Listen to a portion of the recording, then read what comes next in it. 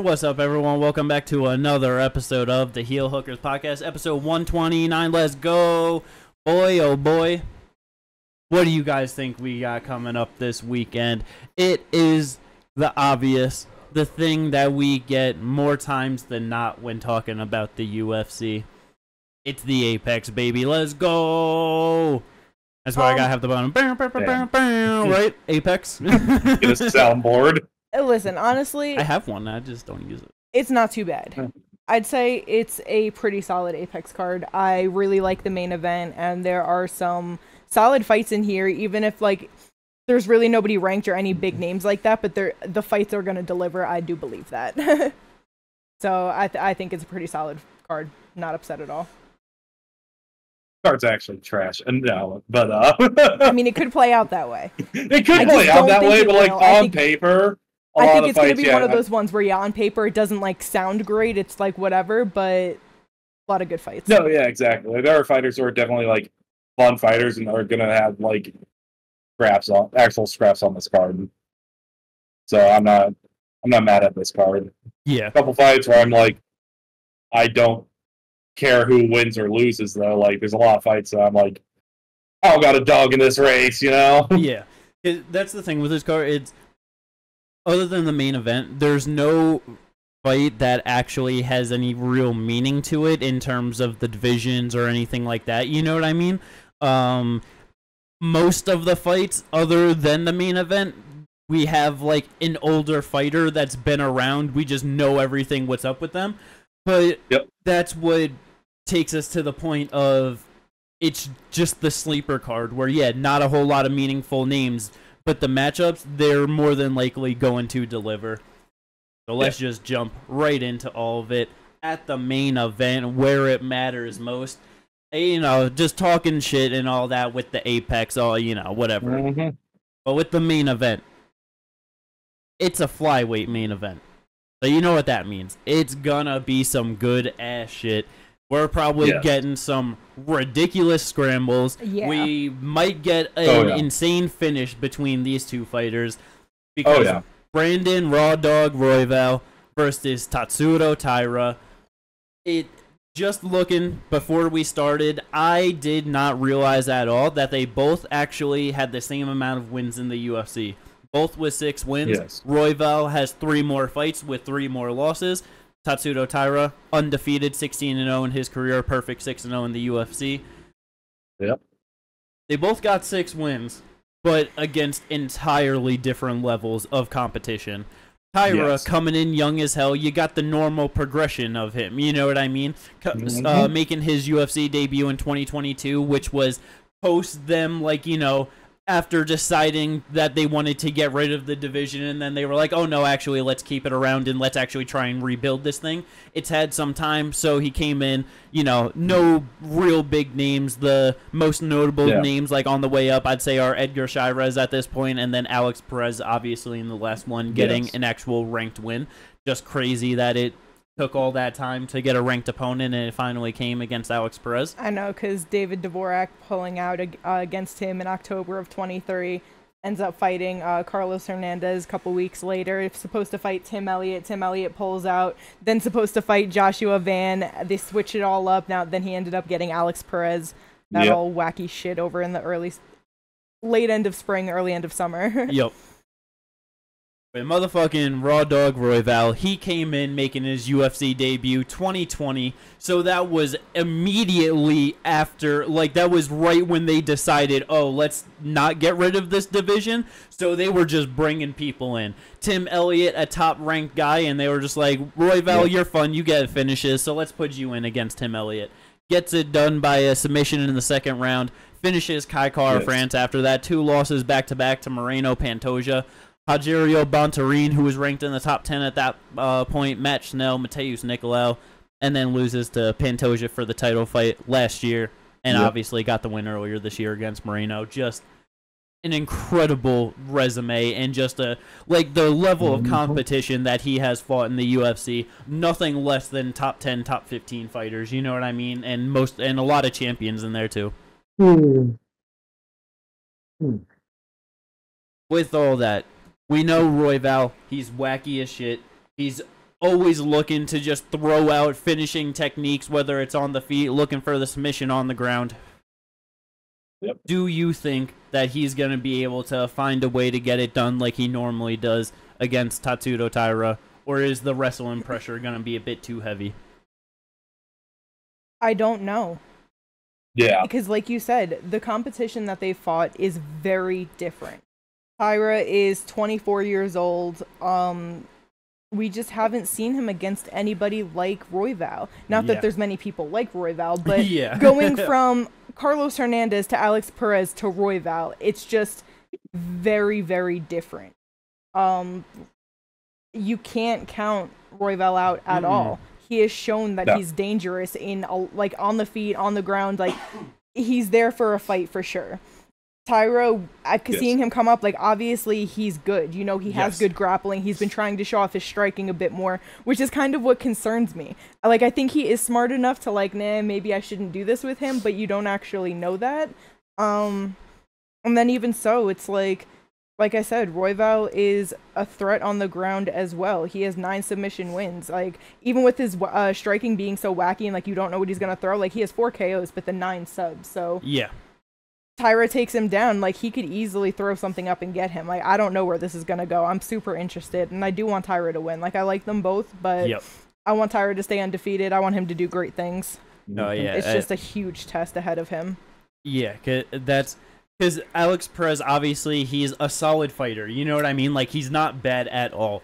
But he just has lost to like a lot of the top guys, just was on a not so great run, just inactive injury, all that, you know. Then he gets the win over Mateus Nicolau, which was great, but it's like Nicolau's chinny. So it's like to go out there and catch him, it's like, okay, that's not really the most surprising thing, you know.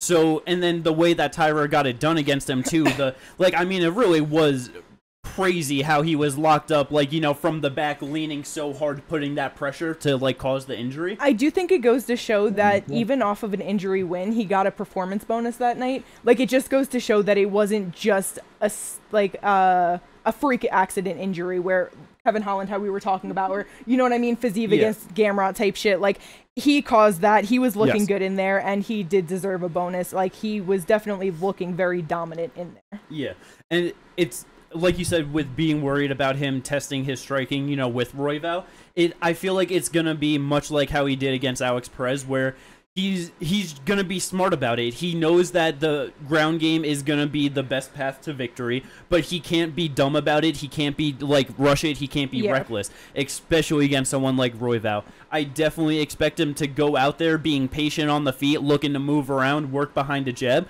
and as soon as an opportunity presents itself, he's probably gonna be grabbing hold of them legs, and then that's where it gets really interesting for Taira. But on the feet, man, scary business. Scary motherfucking business. Mm-hmm. Yeah. Because Taira's been touched a little bit, you know, but nothing too crazy, and no one he's fought can touch him like Royval can. Because that's the thing with Royval, is he's not just going to stand there and be basic with you. He's going to be the complete opposite. He's going to be wacky, wild. He's going to be spinning, throwing kicks, and flying knees, and he's going to be all over the place with it. It's scary. Who got dropped by Kai Kara France, and his reaction was to get up and spinning back fist him and drop him right in return. Like, yeah. Like, it's a hard thing to prepare for. No, yeah. I mean, what's the best counter getting dropped? A spinning back fist. What's the best counter for a spinning back fist? A spinning back fist. Like, you know. Yeah, man. This is a great fight. It's such a good test for Taira, and I mean for Royval, this is kind of shitty too, because it's like, dude loses a very fucking tough close fight with Pantoja, you know what I mean? Yep. Then gets it done over Moreno on super short notice after #1 ranked contender, and now you're fighting some fucking up and coming undefeated kid that just got here. You know what I mean? Like, I get it though, because it's like, Flyweight's one of those divisions where right now, especially at the top, everybody has fought each other and multiple times. Yeah. And it Yes. all just happened. They're trying to bring new life into it so bad, like with that big push with Usyk. You know what I mean? Like, they need new life. And I just feel like, yeah, like he just lost to Usyk not even a year ago at this point. It's about to be a year, but you know, it still hasn't even been a year. If he beats Taira, fucking throw him in there, because we have Albazi fighting Moreno, and that would be the only other new name for him in the top 5. Yep. Yeah. Who else, if he wants to be active and actually secure that he gets that shot next, you know? No, yeah. I definitely do understand. Because especially with the Moreno one, like, it was good. It was a close fight. It was a split decision, though, you know, like... Yeah.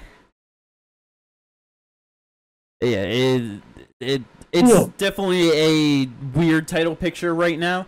Because then, especially Kai Kara France looking good with getting the knockout over Usyk, you know, so it's like, who knows if he gets pushed in there. We know Kai Asakura's coming into the division, so yeah, we really don't know how all of this is going to play out. I feel like as soon as this fight happens and the UFC, you know, is like, okay, this is the result, a lot of the pieces are going to start falling into place after this one. Yeah.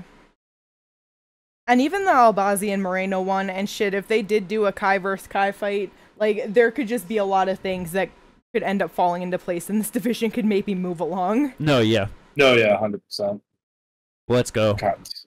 125. Can't go wrong, man. It's such a great division. So much fun. Going on down to the co-main event. Not as good of a division, but it's still a pretty great division right now. 185 pounds.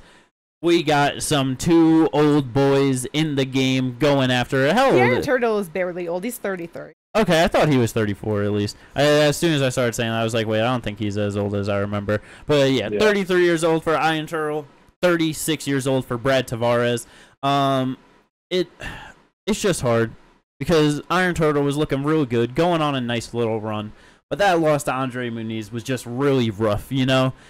Yeah. And it's like, I never really thought that he was going to, like, you know, do anything, like, big in the division or whatever, but that was just his opportunity to get himself into the top 15 and start, you know, like, trying to see what work he can get done. Brad Tavares has always been one of those guys where if you can get it done over him, and especially in impressive fashion, you're going to probably get right there anyway, but... Yeah, I'm just not really sure if the Iron Turtle is gonna be able to get it done over Brad Tavares in this one. How you guys feeling about it? I think it's possible for him to get it done over Brad. Brad's older. He's been having a lot of rough fights as of late, just in terms of like how they've actually gone. You know, his last 4 are loss to Dricus, which is fine. Bruno Silva by strikes. He beat Chris Weidman, who's returning off injury, and then loses to RoboCop. I just feel like he's been taking a lot of damage in a lot of these fights, especially as of late. And I can see the Iron Turtle being able to just, put it on him and be able to get a finish. The thing is the Iron Turtle hasn't gotten a KO at all in the UFC. Like, he's been more decisions and subs, and Brad has never been subbed before. Yeah. So that'd be interesting if the Iron Turtle could be the first person to get it done.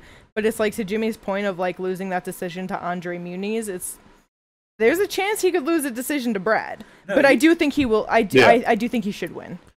And it's just like, because I know that to your point, Ginger, where it's like definitely getting older and is taking a lot more damage recently, but it's Dricus, Bruno Silva, RoboCop. Yes.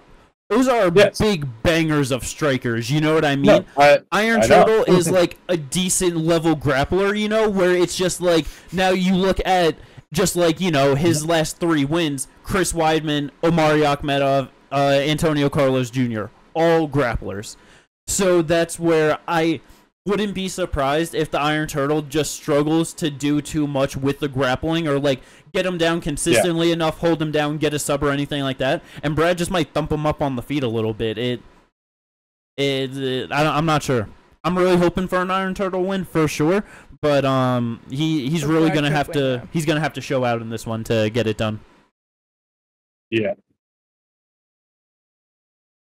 But if he is able to get it done, I'm going to be right back, ready for my boy into the top 15, right? Who do you think he could fight and beat? Paul Craig's unranked now, right? Yeah. Damn it. Because 11 to 15, Jack Hermanson, Hamzat, Fluffy Hernandez, Michelle Pajeda, Chris Curtis. Chris Curtis booked. We'll talk about that later. Jack Hermanson, the only fight he has a chance of winning. Yep. In my opinion. Yeah. And that's 11, so it just kind of throws him in a bad spot because he's either going to fight down for one of those guys to then get his spot, and up. Yeah. Jack Hermanson, Brendan Allen. After Brendan Allen beats Roman Dolidze, so he's going to end up at like 7 or 6. So then Iron Turtle beats Allen, ends up at like 7.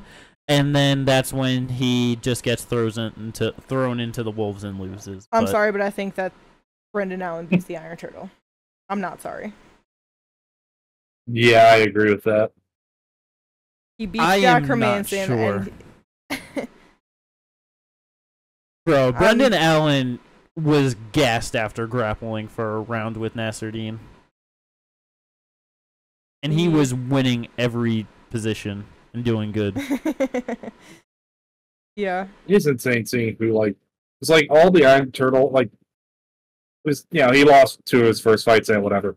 It is kind of funny seeing who his losses are to, you know, Muniz, Robocop, Fluffy Hernandez, and then fucking Shavkat Rakhmonov. Mm-hmm. Way back, 2016. Yeah.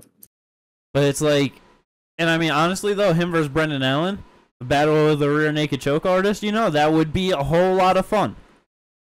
Whoever gets the back loses. Or something like that. No, but yeah, it's definitely a rough road ahead of him no matter what. There's not a lot of favorable matchups for the Iron Turtle at middleweight right now. Yeah. We're getting too many good grapplers at middleweight.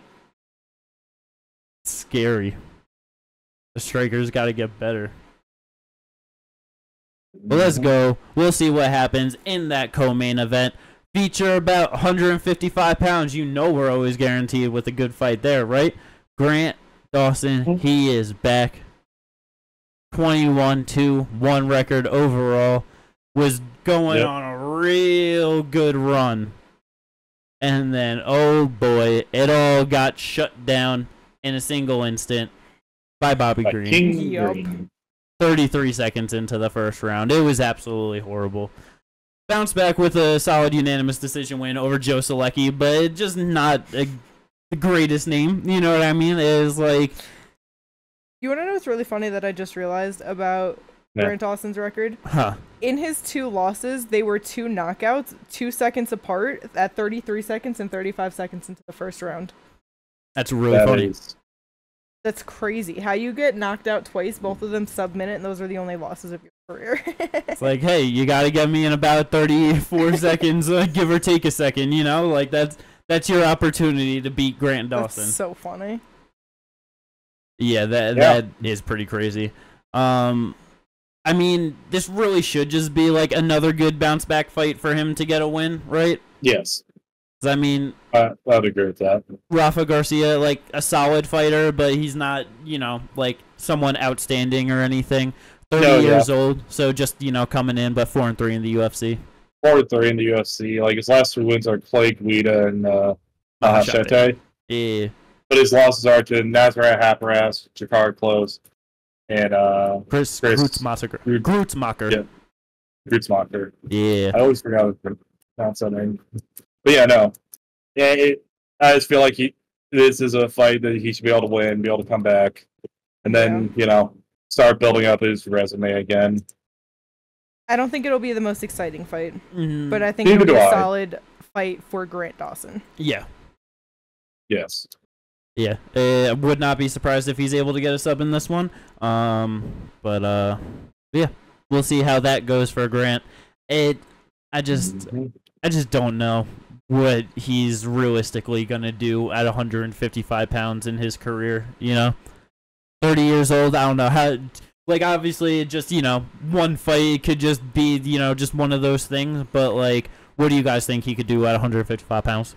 The thing is he's a really solid fighter. He's just not always the most exciting fighter. Yes. I think that he's going to be one of those guys that bounces in and out of being number 15, 14, or just right outside of the top 15.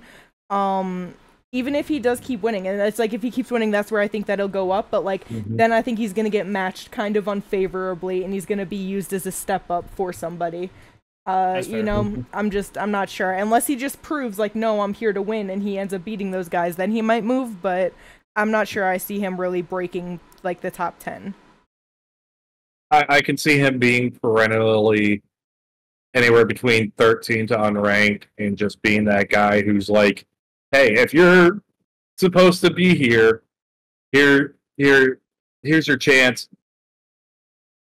And yeah, I see him being in that kind of position. I wouldn't be surprised if that happens. Probably the most likely. I think you guys are right. Wouldn't be the most surprised if he ends up working his way into like a Gamrot type position at 155 pounds, honestly. That's possible. The only reason why I say it is because he's had 11 fights in the UFC already. And the biggest name he's fought is Bobby Green. Joe Solecki, Damir Ismagulov, Mark Madsen, Jared Gordon, Leonardo Santos, Nad Niramani, Derek Minner, Michael Trezano, Juliana Rosa. I mean, that's it. You know what I mean? Like, there are people Such there. a good like, run, man. Yeah, It's so like, crazy. The thing is it's a solid run, but it's one of those runs where it's just like right behind the top 15. He's never getting matched up in these big fights, these big step ups. Like, he's not getting put in giant. Like, even Bobby Green wasn't a big step up. Like, it wasn't something where like he was probably like he was supposed to win that, but Bobby Green was unranked and he was in the rankings. Like, these are the types of fight he keeps getting, and then he gets knocked out. Now you're getting Joe Solecki and Rafa Garcia. He's about to go on another long ass run like this. He's going to be 33 when we're talking about, oh, he's fighting this person in the rankings. Like, That's the thing. He was also he was a minus 455 favorite in the Bobby Green fight. Like, he was 100% supposed to win that fight just based off his grappling and grappling abilities. Yeah, and he got knocked out in 33 seconds. Yeah. I guess for me, it's just like, yeah, that was a terrible loss, and like you're 100% right with that. Like, the UFC is not looking at him like anyone that they care about, but I just feel like going 8-0-1 like through your first 9 UFC fights, and then them being ready to be like, okay, let's give you this opportunity. Like, yeah, that was terrible, but it's like, I feel like at most 4 fights, and then he's going to be right back to fighting. Like, if he wins 4 fights in a row, I feel like there's no doubt he's fighting a top 15 fighter. It's like, I don't know, to have, like 12 wins in your last 13 fights in the UFC, like that's, it's hard. I could potentially see him getting, not top 15 after this one, but after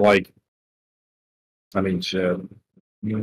That's what I said, like a 4-fight win streak, like I wouldn't be surprised. No, but that's where I was saying, like 32, 33, because he has a very average pacing of like 2 fights a year. Yeah. And that's it. Yeah. So it's like, you know what I mean? Yeah. He gets that 4 fights winning streak, but we're talking about now we're going to be in 2026. Who are the fighters going to be? What's that picture going to look like? Is it going to be winnable for him? And is it going to be another matchup where somebody that just knocks him the fuck out? Like, that's very fair. And you're right. And even if he wins and he gets that ranking spot, I still think the next fight after getting a number next to his name is backwards. Just like it was here. More likely. Like, yeah. Probably. No, yeah, that's definitely a very good point. Because it's like he beat Damir Ismagulov. That's when he got ranked, because that's a solid-ass win. Yeah. And then he fights Bobby Green, who's unranked. Yeah, but that's... And I know it's a big name, so like it's one of those, but I could see it happening. Because I feel like that... Now, go. But now they did that. They gave him, all right, this got you into the rankings. Here's a big name in a showcase spot because we believe you're going to be able to do something here.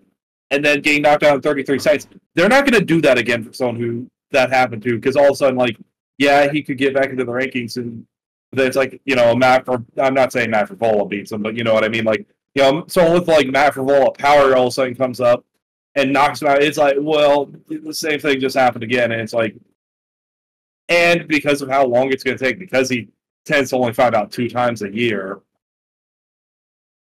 Bro, you probably yeah. just spoke that into existence. He wins this fight, one more probably, fights Matt Frivola, and he's getting knocked out about 30 seconds into the fight. That's for sure gonna happen. Don't put that evil on me. You just did it.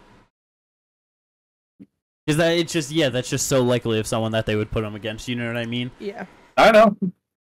But either way, though, Grant Dawson, let's see how he does in this one against Rafa Garcia, and if Rafa can get it done, that will for sure be the biggest win of his UFC run. So we'll see how that plays out at 155 pounds. Fight strawweight division, 115 pounds. Corey McKenna, she is back. She was supposed to be fighting Polyana Viana, which was gonna be such a fun goddamn this was fight. gonna be such a better fight with her. I'm so upset I it know. fell out.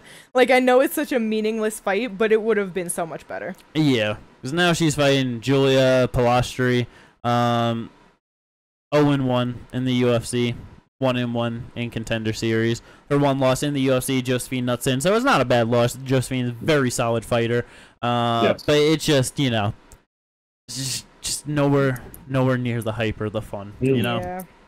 No, yeah. I'm sure it'll still be a good, though. Yeah. Just rooting for a Corey McKenna win now. Let's go. Yep. See how that plays out. This next one, a pretty fun fight at 170 pounds between two older gentlemen. Daniel Rodriguez taking on Alex Morono. I feel like D-Rod should be able to go out there and just easily knock out Morono, but he just finds a way sometimes to just be game in there and just get shit done sneakily, and I'm really not sure how this fight's going to play out. How you guys feeling about this one? Morono got a good amount of wins via sub, too, so I could see him trying to potentially take this fight to the ground a little bit. Like, if they get into a clinch situation, grab a body lock, take it down, try and work a sub in. But, I mean, Morono did just lose to Nico Price very recently, so... Yeah, that was June 1st of this year. Yeah, and... D-Rod on a 3-fight losing streak himself. 3-fight losing streak, but, like... Also lost in June of this year. Yeah. The last loss was to Kevin Gastelum. If I remember right, wasn't that 185? No. Oh, yeah, that was 185, yep. Yeah, Kelvin. Yeah. And then Ian Gary and Neil Magny got finished in both of Which those. Neil Magny and by submission and Ian Gary. That was just a great fucking kick by Ian Gary, because I remember that was a head kick, wasn't it? Yeah. Yep. The guy stumbled. Yep. Yeah. So I can understand those losses. Other loss in the UFC being Dalby. Honestly, I can see him being able to win this one for himself. You know, I'm sure it'll be fun. A win, be fun. It's like, the D-Rod 3 years older at 37, and, you know, like I said, on a worst run 3-fight losing streak where Morono has been back and forth trading wins in his last few, but just a higher level of competition that D-Rod has had a fight, and I wouldn't be surprised if he goes out there and gets it done. Might find himself getting a knockout. That would be awesome, but... Hell yeah. The funny thing is, both Morono and D-Rod beat Tim Means via guillotine. Very nice. I find that kind of funny. In the second round. Means. Just got choked out by Court. Very sad. Yeah. But that is definitely going to be a fun fight at 170 pounds. Last fight on the main card, back at 185 pounds, Josh Frem taking on Abdul Razak Al Hassan. Abdul by sub-minute KO, or Josh Frem by decision or late submission? Yeah. Yeah. It's Abdul Razak Al Hassan. You know what I mean? Like, that's... Yep. I'm pretty sure he's got one finish in the second round to Claudio Ribeiro, and it was 28 seconds into the second round. Every other one of them was the first round. So it has to be sub-minute in either the first or the second round. Yeah, yes. Josh might be getting knocked out here, honestly. Yeah, Abdul has 7 sub-minute knockouts in his entire MMA career. Stupid. That is. Fred has only been knocked out twice. Yeah, no, and one of them was a body shot by Roman Kopylov. Yeah. Yeah, Abdul's just one of them motherfuckers. It don't matter if you ain't never been knocked out. Like, no, I know, you that's let why him I'm land like, on he him might clean. be getting knocked out. Yeah, it could be over very fast and very deadly.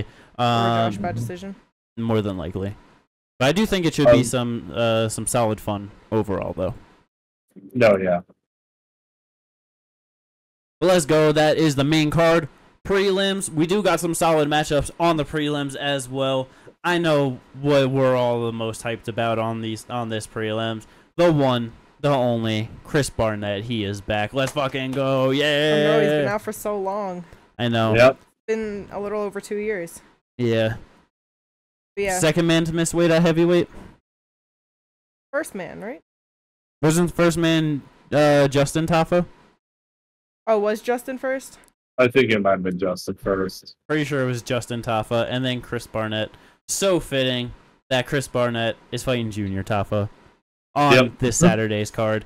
He was supposed to be, who is he going to be fighting? Oh yeah, Waldo Cortez Acosta. But he dropped out. So what do you do when you need a short notice fill-in at heavyweight? You call the Tafa Bros. Yep. Either or, doesn't matter. Yeah. I mean, they definitely just call the manager, just like, which Tafa is available. Junior, okay, let's put him in. No, it's just, no, they just have a phone set aside for the UFC. Whoever gets to it first gets the fight.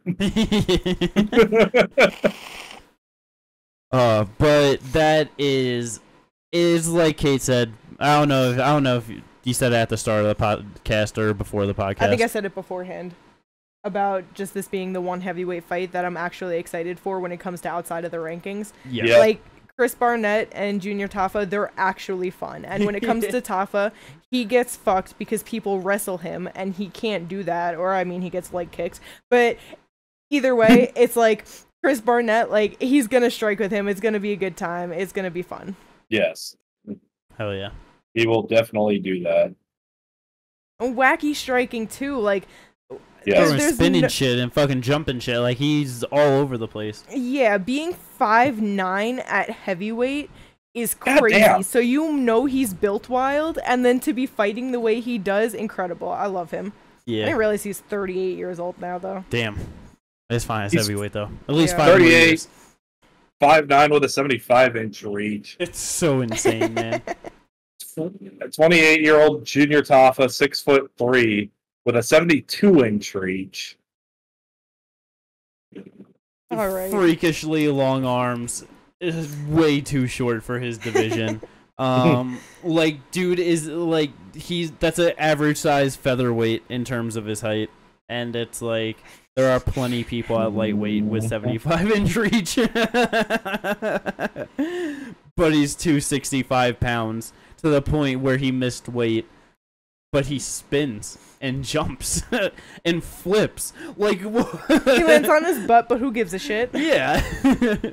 I didn't realize Barnett lost a grappling match via Kimura by Yoel Romero back in 2019. Who?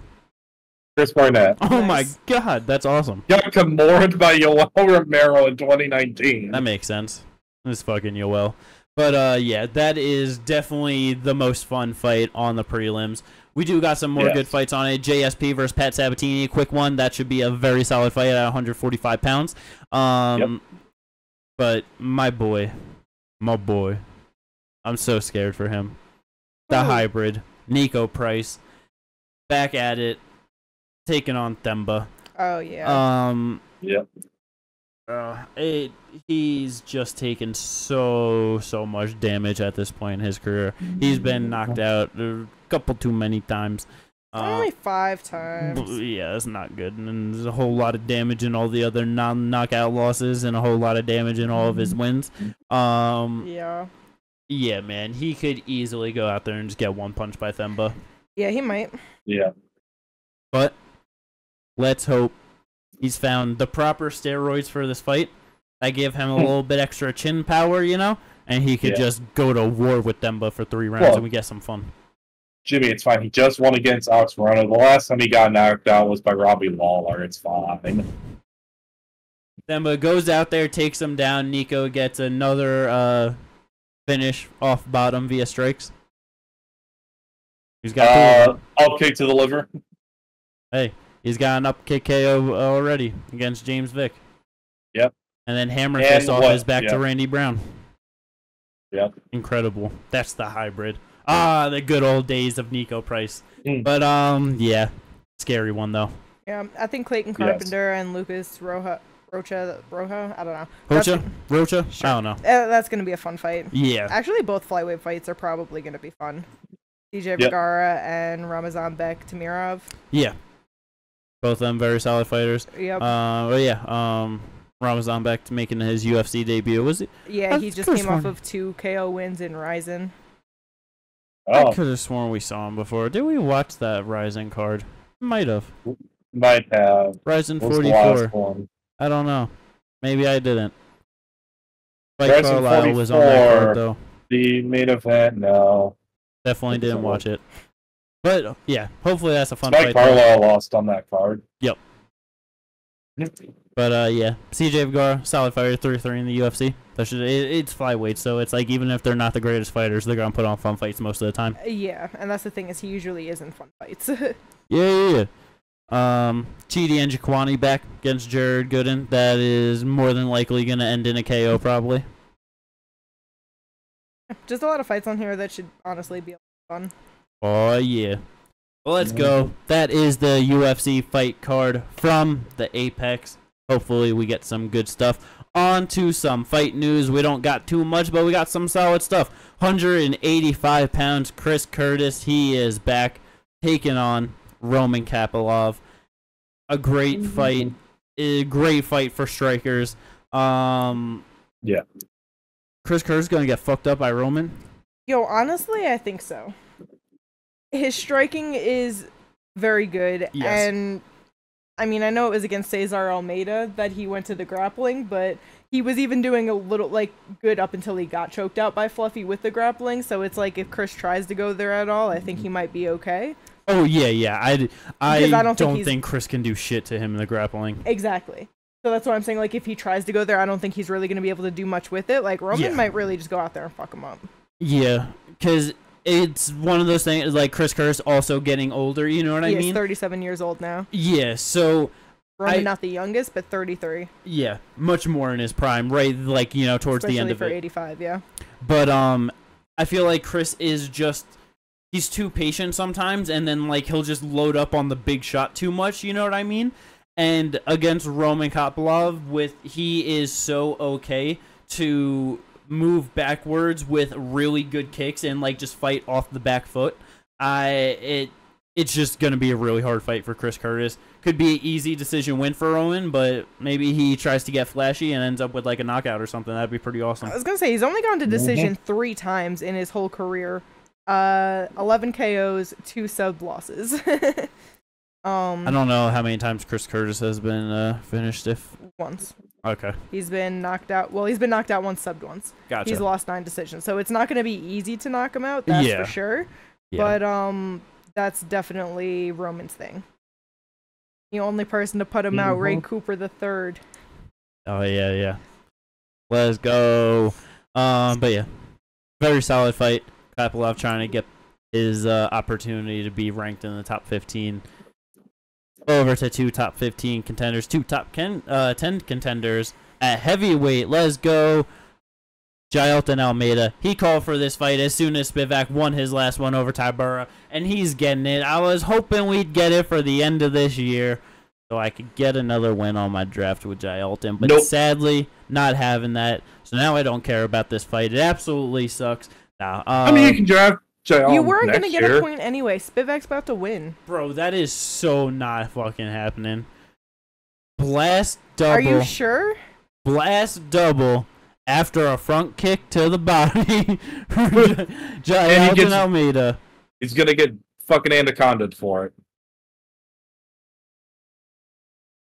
Jailton's winning this fight. They're virtually identical in build. Like height and length, you know?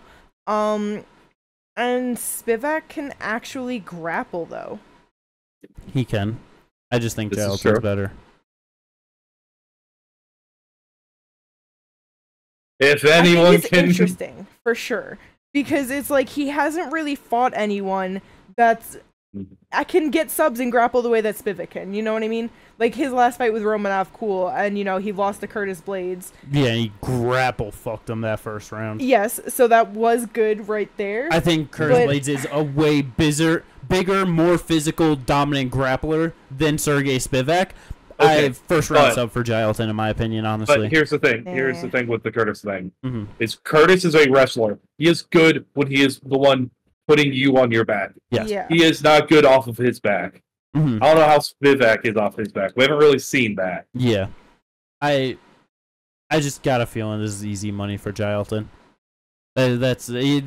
Spivak can definitely get it done for sure. And if he did, that would honestly be awesome for him. Like, I would genuinely love that. Just really, I feel like that would just really be showing, like, the improvements in his game and just making new strides. But it's a rough fight. It's going to be hard. It's fine. He got this. We shall see how it plays out. But let's go. Should be fun at 265 pounds. Next fight, Cub Swanson. He's back taking on Billy Q. This is just going to be scrappy. It's going to be good. It's going to be fun. Think Cub's able to get it done over Billy? Or do you think Billy just not... He's got some miles on him for sure, but nowhere near as much as Cub, so... I think this is going to be an extremely fun fight. Yeah. Definitely. Like, these two can't put on a boring fight. Yeah. Especially against each other. Yeah. Not at all. So that should definitely be good. Great bantamweight prospect, Rinya Nakamura. He is back taking on Muin Gafarov. I am just expecting Rinya to be more dominant everywhere, honestly. Oh, yeah. Yep. It really showed out in his one fight with the grappling to like get it done. We know how good and dangerous his striking is. I feel like this is going to be a very good performance for Rinya. Oh, yeah. Can't wait to see it. Yeah. It's been too long since he's been in the fucking ring. Yes. I know. I'm upset that it's like so late out and it's not until January, but yeah, that's fine. Same. Get a win. Start being more active, hopefully. I'm pretty sure he had an injury, and so that's why he was out for a while. Gotcha. Yeah, more than likely. Makes sense. So let's go. Just gotta hope for a great performance. Next fight, Cody Stamann versus Damone Blackshear. Should be a very solid fight at 135 pounds as well. Not really expecting the most from it, but, just two notable names, so should definitely just at least be a fun fight, though. Yeah. Bantamweight. And then the last one, our boy, everyone's boy, all the real fans of MMA and the UFC, they all love this man. Jim Miller, he is back taking on Damon Jackson. You think Jim Miller is going to go out there and get a beautiful knockout in this one? That would be awesome if he did. I'd love it. I feel like it's entirely possible in this one. It's super possible. It is. But, yeah, that's it. Not too much to say about that. Jim Miller was on a nice little run, almost had his chance to be a top 15 contender when he fought Bobby Green, but, Is this going to be his 50th UFC fight officially? Or did he have that already? He was trying to go for 45. Oh, 45, yeah, sorry. I think this might be 45. Yep. Yeah, total fights 44, so as soon as he gets in there, that will be his 45th one. Do you think he retires with it? He should, man. I know he should, and he said that he wanted to reach 45 fights. I couldn't remember the number. But it's here. Do you think he'll do it for this? Goes out there and gets a knockout in spectacular fashion. Just go for 50. It's UFC 309. Well, that's true, but it is also like 309. It's a big card. It would be in MSG, a big place to retire. Yeah, that's very true. So yeah, that is. He's from New Jersey, I'm pretty sure. Yes. I'm pretty sure he's from at least the Northeast. No, yeah, he's from New Jersey. But yeah, so it's right there, damn near homeland. Yeah, he'll get so much love there. Yeah. He might retire there. He should. I didn't realize that really was booked for MSG. With that, 100%. Bro, MSG 45th UFC fight 2024. Going out on a knockout too. Like blast the door off, Jet. Oh my god, man, the way that crowd would go crazy for Jim Miller and just like hell yeah.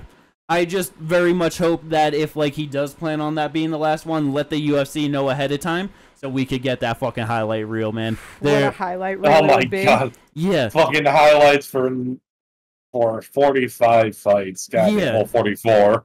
Well, yeah, and just so many legendary fighters that he's fought too. You know what I mean? So many great wins. Yeah, man. Jim motherfucking Miller. Just gotta hope for beautiful winning that one for sure. But other than that, we ain't got nothing else to talk about. That is the end of this podcast. I hope everyone enjoyed it. If you did, like and subscribe, and we will catch you on the review to this hopefully amazing fight card. Let's go. Peace out, everyone.